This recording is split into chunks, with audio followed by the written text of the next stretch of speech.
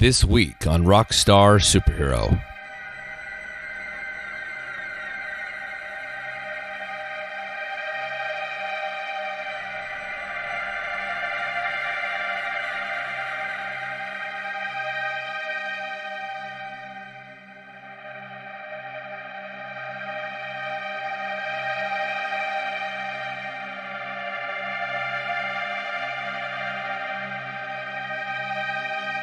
Josh Graham creates soundscape masterworks. He's one of the most successful audio and visual composers ever, racking up relationships with the most influential musicians and filmmakers in the world. Josh currently resides in the Pacific Northwest, which gives him a head start on so many simply due to the geography of the area. The world here is lush but complicated, much like his music. When Josh isn't writing the latest soundscape, he's working fiercely to create visual tapestries and tone poems. He's the real deal, and it was my honor to host him on my show. Let his music inspire, confuse, and ingratiate you. This is Josh Graham of IIVII on the Rockstar Superhero Podcast.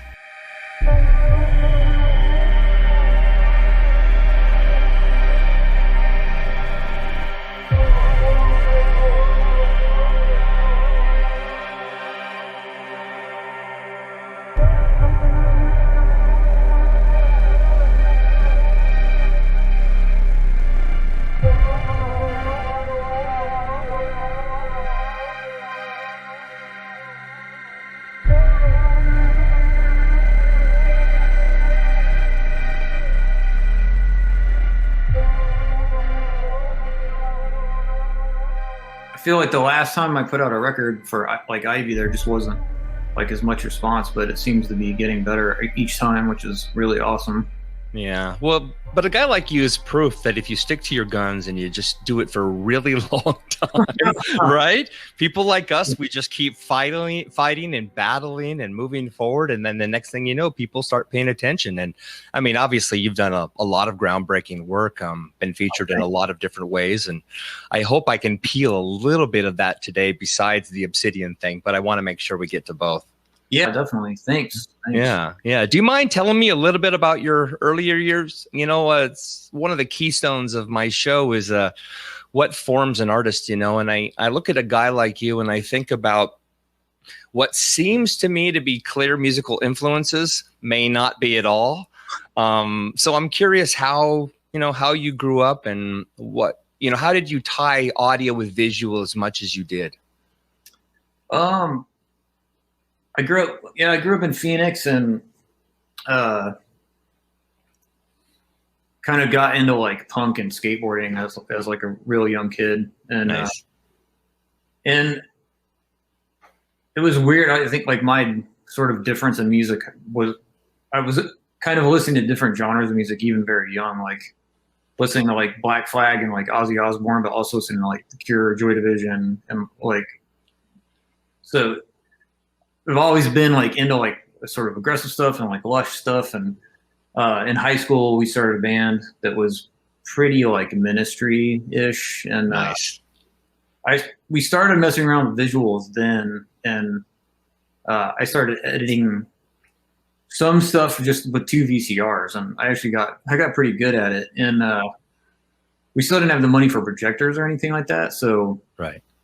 I worked at Tower and we basically convinced all of our friends to give us their televisions and put them on stage. And so it began. And then like that, then I was in a different band and like we opened for like Martin Atkins and Pigface and stuff. And we still didn't have money for the projector. So we rented a big screen TV from like a Rent-A-Center. Nice.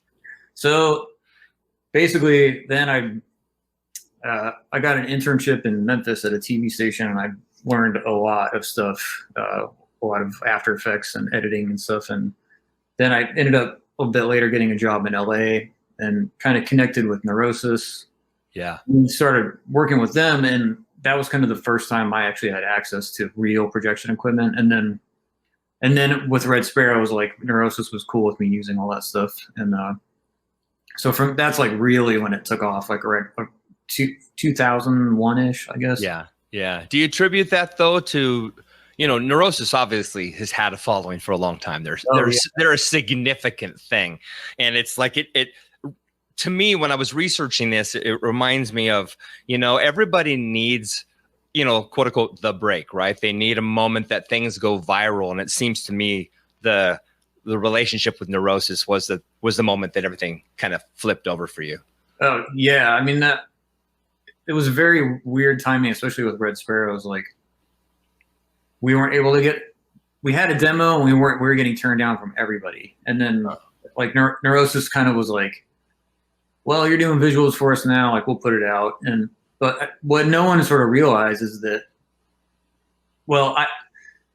the label manager was like, we're going to put members of Neurosis on this. And I was kind of like, well, I don't really play anything, And she's like, it doesn't matter. So, and then there were two guys from ISIS in it. So basically Neurosis was like doing like the second comeback, and then ISIS was really on the trajectory up. So that was like perfect timing for all that stuff. Yeah. What does it feel like to be an influencer? Because even though you may not be what I would call a traditional influencer, like, I don't know, the Kardashians, but you are in a very small group of people who do what you do. Do you notice that people talk to you about that with this sort of reverence? Do you realize kind of what level you're at, because you're a significant player? Oh, no, I guess I really don't. You are, though. Thanks. Thank you. Because it's weird, man. It's like, I believe in what I do, and it's like, for better or for worse, like, I think all my stuff ends up being like a little weird, or it's not really like musically, it's not doesn't easily fit into one category. I guess that's kind of goes back to me being a kid and listening to like different kinds of stuff. And, so it's hard. Like, that doesn't feel like there's a lot of success. It feels like I have a lot of respect. Like, I can, on this last IIVII record that came out, the double album, I asked several friends to play on it, and everybody said yeah. And it's like Kim from Soundgarden, and there you go. Then from Dillinger Escape Plan, and like, so that's crazy. I think that means like the world to me, and like Dana from Insect Ark and Swans, and Sarah from Rosa, and so it's pretty. I guess it's there. It's just like it doesn't necessarily like reflect in like album sales, Sure. I kind of know where you're going with this as it stands, right? Because I think most artists, unless you're U2 or the Rolling Stones, there's really no way to significantly monetize what we do as creatives. Sure, you can make a living, or maybe even in my case, barely scrape by, but we do it because we're either passionate or we're gifted, or hopefully both. And the thing that I've discovered about you, it's funny because I knew about you through the cracks. I knew through different individuals I've talked to over the years. I've seen some of your work, but I didn't put the two together until, your promotions company, hit me up. And then I'm like, oh my God, it's that guy. Right. Cool. But it's significant, man, what you do. If you can remove the need to monetize or to feel famous, right? You're like I said, you're a player, Oh, thanks. Well, I mean that in a nice way, right? Yeah. Because you're not from here, are you still familiar though with the sort of underground electronic techno soundtrack scene that's happened here over the last 30 years? Are you familiar with that at all? I guess not by that description, or like, do you have any kind of artists? Well, I'm thinking of like the Kill Switch Clicks of the world, these bands that have done either abstract sound design or, they're doing live stage art, book readings. You know what I mean? They've been sort of in that subversive space of mixing musical ideas with the idea of blasting the consumer with products, right? Yeah. And when I look at your work, it has, I'm not saying it's from them, of course, because it's not, but but it has that vibe. It has that feeling that says nature versus man. You know what I mean? Yeah, definitely. Yeah, I guess, I mean, I may be aware of some of it, like through like Neurosis, and because I was with Neurosis for 12 years, and Yeah. And like the Sun City Girls, do you remember? Yeah. Like, they were from Phoenix, and then they moved up here, and they like some of the craziest shows I ever saw with them, like at like Survival Research Laboratories, which is, I'm pretty sure it's the same group of people that turned into Burning Man. But okay, that makes sense. There was a band in Seattle back in the early 2000s. Again, you weren't here, but they were called Kuma, and their whole thing was stage and lighting design. They were a band, and it was very synthetic, right? It was lots of beats and people playing behind a drum machine, that sort of idea. Yeah. But it was such a visual overload, big stimulus, that I would think things like that would sort of reach out into the cosmos a bit, that you'd find out about them. So it's no big deal. I was just curious. Now I'm really curious. Well, I'll send you an email afterwards, and I'll send you a whole bunch of links to stuff if you care. Cool. Awesome. Yeah, were you always obsessed with soundtrack design? I mean, it seems to me that that's kind of your, the basis of who you are, what created you. It's weird. It wasn't really like that conscious, but sort of in hindsight, like even like A Storm of Light is really like all this sort of soundtrack stuff underneath all the like metal influences. And then I was working on like, we almost had this project that like almost came together, was with Eric Avery from Jane's Addiction and Mike Gallagher from ISIS, and like it just couldn't get, we were just kind of too busy, but I had done all this really abstract stuff, like just supplying beds, and I was like, you guys like write to this stuff, and it started to turn into cool, like really cool elements, but then it fell apart, and then I was like, well, I really just like this stuff, like kind of minus the instruments, minus the rock band on top of it. And so I started thinking about that and like realized that it felt like a strength to me. So I thought, well, maybe it's worthwhile to try to pursue some scoring. Right. I definitely haven't like broken through that yet, but I've gotten a couple like very lucky things, like with Obsidian. My friend Nico grew up with Darren Aronofsky, and Nico Tavernese, he's a film photographer for like massive Steven Spielberg, The Joker, like all this stuff. So when he works with Darren, he does the behind the scenes documentaries. So the set photographer. Yeah. I understand. Okay. So, but when he does for Darren, he does actual motion documentaries about the making of the film. So that the stuff from Obsidian is actually a score I just did for his documentary about Mother. So. Yes, I wanted to talk about that, actually. I love that movie. I didn't see it as abstract at all. I mean, I get it. It is abstract, but I thought it was a very clear telling. I mean, come on. How do you not recognize? You don't have to be a Christian to recognize this massive biblical story here. Yeah. And it was cool. My wife, Julie, and I went up to Montreal because Nico was there for like, they shot for like 6 or 9 months or something. So we walked around that house. Wow. And they basically built this house, but they built it with all these sublayers so that as like the movie unraveled and the house became more and more destructed, they had this machine come in and it was like breaking out the walls. And so they had already built these caverns into the house, and that was very cool.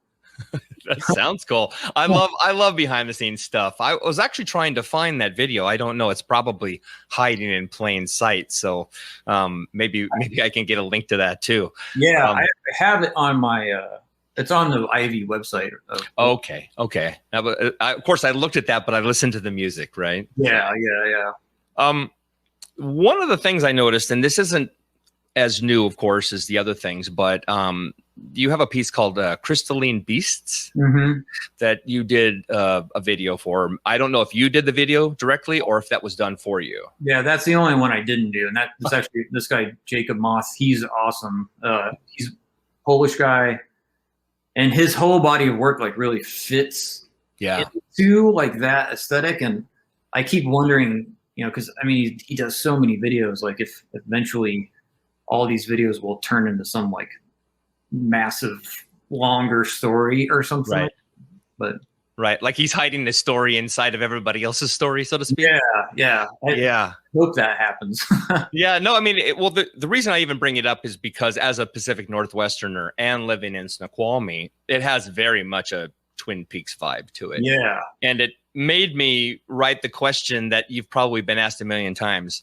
Why do you think most instrumental / soundtrack music has a darker vibe to it? Why do you think that is? I don't know. I think it's probably more fun to write. It's more like stuff. I actually did a scoring session at NYU in 2018, and it was with all these like massive composers that like Matt Quayle, who did Mr. Robot, and Blake Neely, who does like Green Arrow and The Flash, and all these people. But like they actually like you would pick the scenes from their TV shows and you would score the scenes, and you basically just had like overnight to do it, and then you would come back the next day and they would either like thrash you or like give, you know, say it was good. But there were some comedy scenes, and one of the guys next to me, he did such a great job, and I was just like, there's no way I can do that. It's just so like comical in a way, but like there's not really that much going on musically because it's more about like timing and cue. Like yeah. One of my best friends is a sound editor, whatever, soundtrack editor, music editor. There we go. That's what I was looking for. And you know, he's done 200 of the biggest movies Hollywood's ever put out. You know. And I went over to his house a couple of times in the past 10 years, and he's got a film, dialed up and sounds docked, and the amount of editing and just minute level adjustments is bonkers. And you have to have the level of a surgeon. You have to have the patience of one to do that sort of work. It definitely doesn't feel as free flowing as something you do. Yeah. I think that end sort of mix must just be really incredible to work out. 10 million channels of Pro Tools going at the same time. Yeah. If I may, before we get to the Ivy stuff, what was there a moment in your life that you knew this is the direction you wanted to take? Because when I first discovered your work, and when I really sat down here this last week to pay more attention to it, right? So I was prepared for today. It reminded me to go back to Koyaanisqatsi. Oh yeah. And of course, I'm not saying you're riffing in any way, because I don't believe you are. But movies like that and soundtracks and the composers, the Philip Glasses or the James Newton Howard or whomever is building these pieces. Who or what was the defining moment that you went, oh my God, that's who I am? I'm not entirely sure that's happened yet. I mean, like it's who I think I'm who I'm aspiring to be. Gotcha. But like, I don't know, it just kind of realizing like the power that music has to affect a scene, or an entire film, or a scene, how it can really accent the emotions and bring it out, or it can ruin it too. Yeah. So it's like I don't know, it's really gratifying, like especially like scoring like these scenes, and like when you get it, you're like, oh, okay, yeah, this is great. And but yeah, it became more important to me as I kind of realized like the effect that it has. And a lot of times, like, I think a lot of soundtracks come out, they're like these very short vignettes, so they're kind of hard to listen to them. Right. And that's kind of been the interesting thing with the stuff that I've scored so far, is that there are these small short films or these documentaries or something. So it's not like I'm going to release the soundtrack to the making of Mother, like. No, right. So, but basically what I do is take those little vignettes and then turn them into like actual songs. So that's why I think I'm still like aspiring, because I'm still like kind of like crafting what I'm writing and creating in hopes that I can sort of get to that next level. Yeah.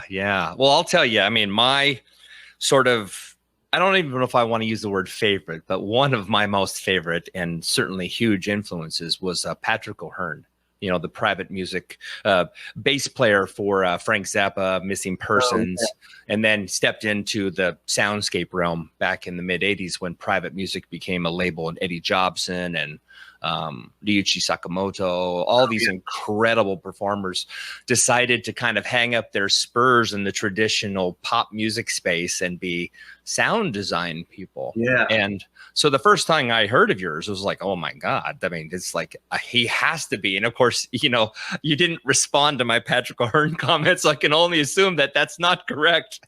Patrick O'Hearn, I'm not as familiar with, but Ryuichi Sakamoto is like that. The Revenant soundtrack with Salvanoto, like, oh man, that soundtrack's a massive influence to me, just in the way that like Ryuichi Sakamoto and Alvanoto like mix there's like this sort of German like noi like keyboard sounds, and then these really traditional sound like chamber music. So that especially seeing that in the theater, I was just like blown away, like watching it. And that really that actually made me expand into like, okay, well, the first Ivy record was all synth stuff. And the second one was all synth, but I was starting to do like synth strings. And then with Grinding Teeth and Zero Sleep, I was able to write all this stuff and work with an orchestrator, and then the strings were recorded in Vienna and stuff. So that one, I was like, okay, finally, like I'm able to like at least get through this process so that I know it a little bit more, and humbly hope that it stands up to something like Ryuichi Sakamoto. Yeah, well, I think it does. It's interesting too that you talk about this mixture of synthetic versus sort of organic, right? Yeah. I mean, Mine Blackheart, right, which is on Obsidian, right? Is that on there? Mm-hmm. Reminds me of this very thing. It has these sort of pulses or moments that feel more organic, and yet there's this sort of underlying dark, almost demonic feel to it. I really can't explain it outside of, I wrote down the words, this song reminds me if no human cared about another. That's funny, because the scene in the documentary that goes to is with Javier Bardem pulling out Jennifer Lawrence's heart and like crushing it, like. So that's where like the main part of that started, and then oh my God, and then the whole intro, like I was like, well, how do I turn this into a song? And so I wrote this big sort of orchestrated string section piece, and I was like I didn't think it didn't fit for me with like that initial like doom kind of thing. So I basically just took it all and completely like chopped it up, reversed it, and put it through all this reverb, and it became this weird like pseudo orchestrated like dreamy kind of thing. Yeah, I really like it. It doesn't sound like anything else, and I think that's why it sort of glommed onto me, because it just felt odd but lovely and powerful and charged. It's I'm trying to think of how many cool words I can come up with right now, but it was really original. It is really original. And obviously that's the point, right? You want it to be unlike anything else, and yet capture people's attention. So they, buy it. Yeah. Thank you. That's awesome. That's the best. That's the best thing I've heard. So I have to ask one weird final question before I ask you a little bit more about Ivy. How did the Ringo Starr thing come together? It's so random. I mean, it's not completely random, but it is fairly random. I've been working with Soundgarden since they got back together in 2010 as like their art director, and I've worked with Chris, and I'm working with the State now too, and they're on Universal, and I've developed like a really great working relationship with Universal, and there's a art director there named Vartan, and he's basically the first point of contact for like all these really big Universal artists. So the first time a couple of years ago, he was just like, "Do you want to work on Ringo Starr?" And I was like, "Yeah." And Yes. He's like, "All right, like send ideas." It was like 2 in the afternoon. He's like, "Send me everything you got by like 6." So wow. I was like, "Okay." So I just put together some stuff, and there were a couple other designers like also submitting stuff, and he picked my thing, and then now it's happened like 3 times, and it's like it's very, but I've never had like any contact with his management, his assistant, or him or anything. It's really he's just like, because Ringo's Ringo. Yeah. My understanding is that they can basically just call Universal and say like, "This is coming out in 2 weeks," and Jump. like the rest of the world or the rest of the artists in the world, they'd be like, "No," Wow. But so some of the covers, I've done 3 covers, and at least a couple of them came out like they were out digitally like a week after I even started working on it. It's so fast. It's unbelievable. Wow. So what's more important to you then? I mean, if I may be so bold, your audio work or your visual work? I'm really extremely fortunate to be doing the visual work, and that's I used to freelance at like design firms in LA and New York, and worked primarily on like cable television stuff, and I kind of had a hard time with that. I thought it was going to be creative, and it became, it's creative to some degree, but overall it's pretty just like massive lists of stuff you have to deliver, and it's just very like limiting. So as I became like doing the artwork for Neurosis and for Storm of Light and Red Sparrows, and I was able to start doing more, and then Soundgarden found me, and then so yeah, I'm so lucky. I think if I could be doing soundtracks full time, I would probably do that. Sure. And then go back to doing like design as more of like a hobby sort of. But as of my life right now, like design definitely pays the bills. So yeah, it's awesome. Yeah. Well, the fact that you have all these talents and the fact that you're out there with, it seems, with all of them is an amazing thing. And it's a testimony that you should just go do the work, right? So many people with talent, and I'm guilty of this 20 years ago, not anymore, but 20 years ago, I was always saying, how come the world's not discovering me? I'm a great drummer. I should be famous. Like there was this sort of bullshit expectation of I should be famous because I worked really hard at it. How come? Right. Yeah. And then after a while, I just kind of gave up, and I realized, oh, that's right, I'm not working hard enough.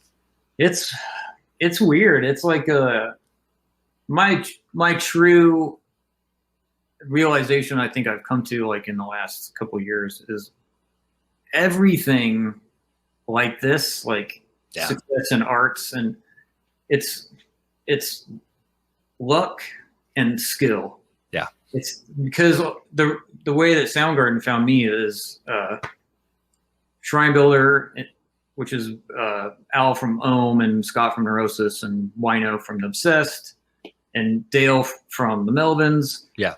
They were doing like 7 West Coast shows, and they're like, does the Stormlight want to play it? And I was like, oh man, like we're in New York. And I'm like, of course I want to play it. So I booked, because we were in between booking agents, I booked like a really crappy tour from New York to San Diego and from Seattle back to New York. And it wasn't very good. But the West Coast tour with Shrine Builder was amazing.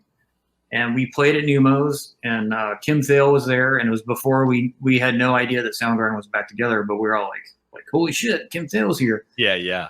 And we gave him like CDs and shirts and for A Storm of Light, and I did the artwork for Shrine Builder, so we got the Shrine Builder stuff. And then like a month later, their manager was like, Soundgarden's back together, do you want to do some artwork? And I was like, holy shit. So like, but if that's why it's like luck. Like it's like that moment, the way they found me is luck. And then I fortunately had the skill to like keep working with them. Yeah. Yeah. So, yeah. No, it's so true. I mean, it doesn't matter. It translates across all jobs because, yeah, I mean, in this business, in the promotions business, you would think that, interviewing the Ringo Stars of the world would pop you and make you hugely successful. All of a sudden, you're greatly desired. And it's usually not the case. It's usually the little guy that's hasn't broken through yet, or he knows the Ringo Stars of the world, similar to what your experience was. Yeah. So, congratulations to you, though. I mean, it's so deserved, man. It's thank you very much. That's awesome. Thanks. Well, let's get to the point of today. You're re-releasing, I should say, Obsidian on vinyl, correct? Mm-hmm. Yeah. So why Obsidian? Why is this happening now? I'm curious. Well, kind of like I really didn't want to like tax my label, like Consoling Sounds, with putting pressure, because I did the score for The Making of Mother, and then I had this stuff. I was like, well, I want to turn it into something, and I had a little bit of time, so I did it. And I just put out the Invasion record, and so I talked to Consoling, and I was like, can we just put this out digitally on CD, and maybe we do vinyl like at some point? And they're like, yeah, absolutely, that's cool. And but that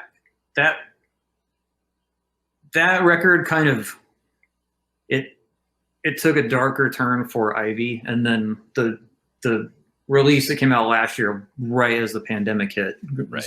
Zero Sleep and Grinding Teeth, like kind of continue that. Oh, thanks. It's so good. Like I actually wanted to talk more about that today.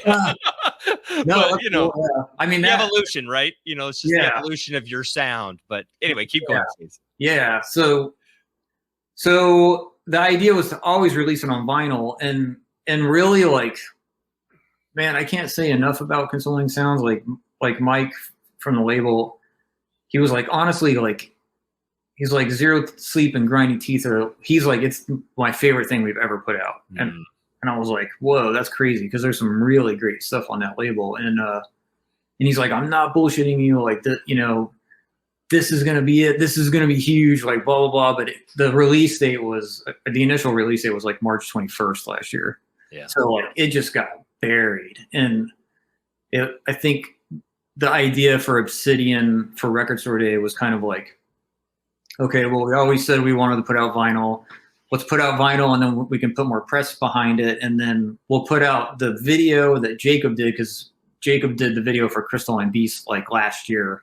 And I was like, dude, like, we're basically screwed from the pandemic. Like, can we hold on to it for a while? And he was totally fine with that. So really, it's just like this way for Consoling Sounds to try to like push Ivy back up, because they were really hoping for like this breakthrough. And I never buy into that stuff, but I was definitely more than a little bit disappointed that we had like the huge idea, like, okay, it's supposed to come out March 21st. We'll postpone it until April 30th. Yeah. What we should have done was been like, we'll just wait till next year or something, put it out a year later or something. So yeah, no, I mean, I appreciate that everybody's making the effort to get all this stuff out, because it really is fascinating. It's clearly a mature work.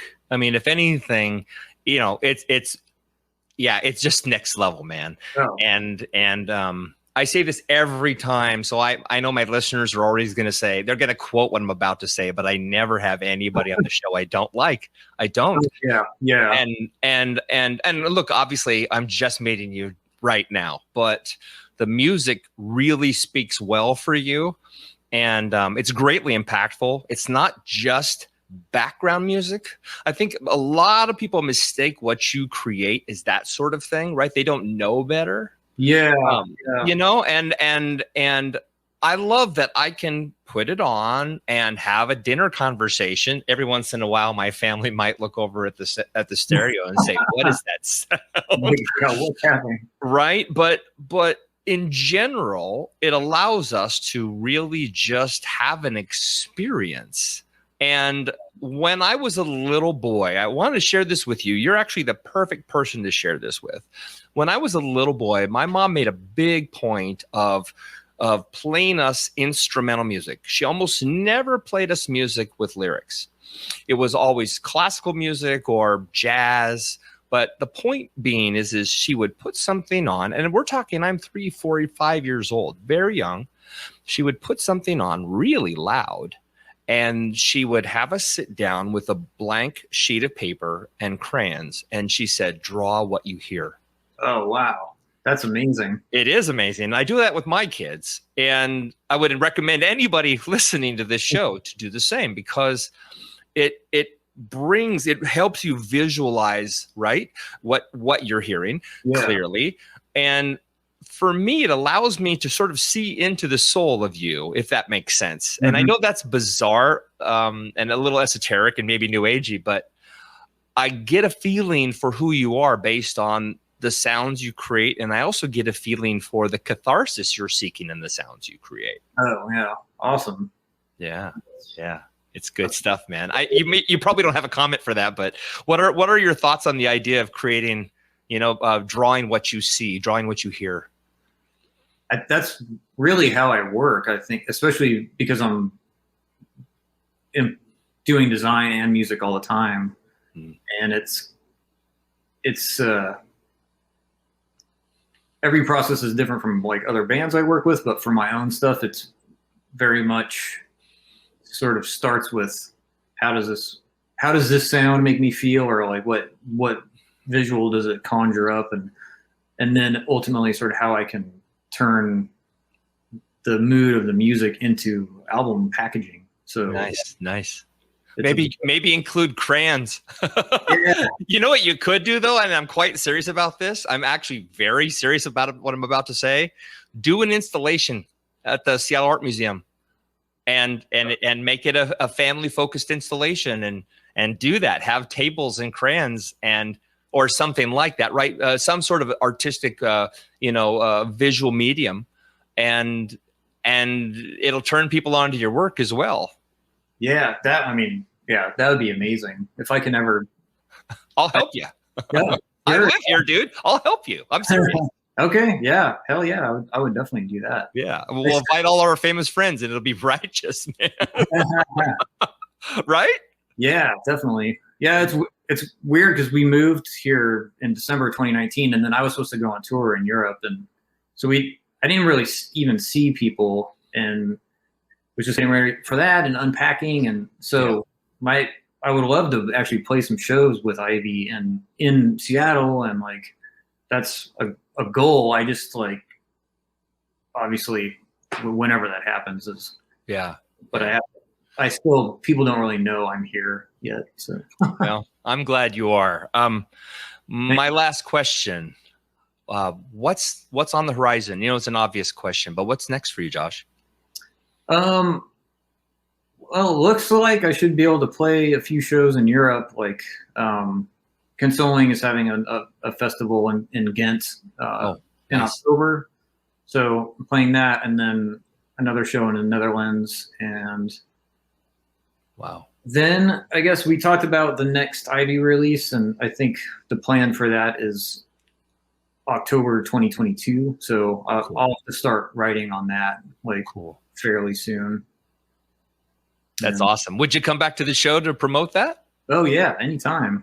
Oh man, that would be great. I can't wait to hear what you do next. You know, I really do love it, and I'm so jealous that you get to do the things you do.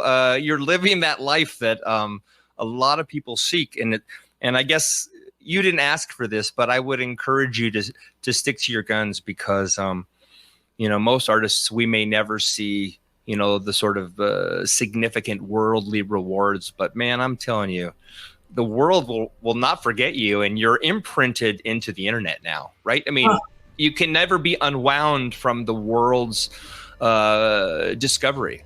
Yeah, I hope so. Yeah. Yeah. If that's the thing, I keep making music because it keeps me sane, and then design is something I'm lucky to do to pay the bills in the meantime. So yeah. Well, thanks for being here, Josh, and we'll get people on this. We'll get them to take a look at it, listen, spin it, buy it, you know, drop it on their own soundtracks. You know what I mean? Get it out there, you know, get it out there more. Awesome. Thanks, Rob.